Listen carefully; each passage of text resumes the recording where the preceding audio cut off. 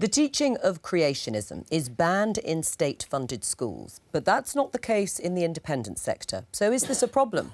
For the academic and television presenter Professor Alice Roberts, the answer is a resounding yes. And in our Soapbox this week, she argues that teaching the subject as a science could have dire consequences for a child's education.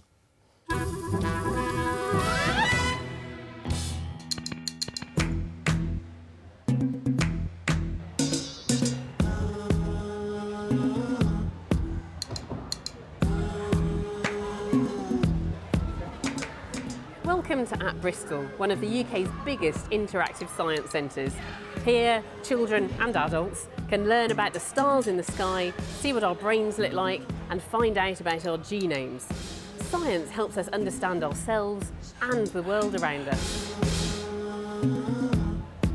I think it's incredibly important that we're honest with children, and that includes being honest about the overwhelming scientific evidence for evolution.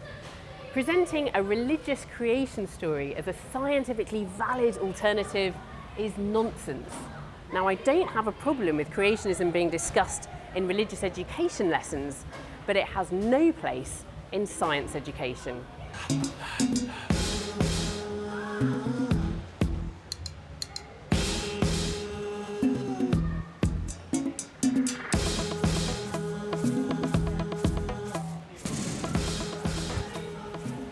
Our government agrees that creationism shouldn't be taught as a scientifically valid theory in any state-funded schools, and that includes free schools. But in the private sector, there are schools teaching creationism as science. So, should we allow creationist schools at all in the UK? Should we validate creationist exams? I think there needs to be more debate on this issue.